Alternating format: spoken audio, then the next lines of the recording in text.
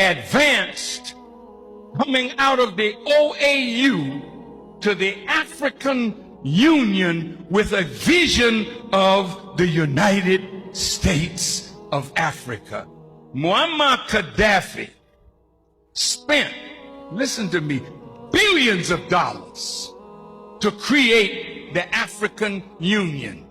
Did you know that Gaddafi gave $300 million and the other African nations gave $100 million to put up a satellite so that we who call Africa don't have to go through Europe to get to Africa?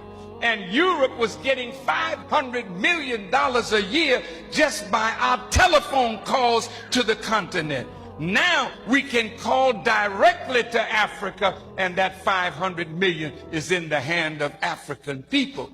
Did you know that Muammar Gaddafi was setting up an African development bank with $70 billion in the African Development Bank from Libyan oil money? That we would not have to borrow money from the IMF and the World Bank at these exorbitant rates. Zero interest under Islamic non-usury teachings.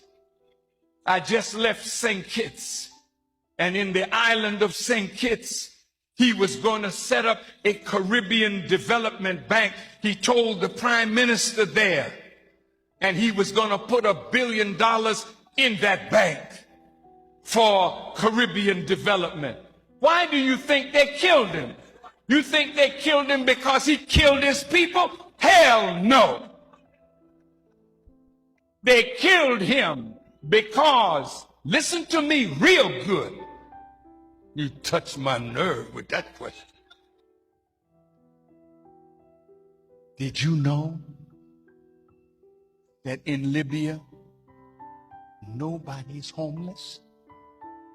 Listen, everybody in Libya has either a home or an apartment. They call it a flat.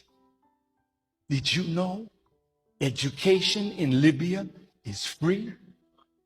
From kindergarten through college?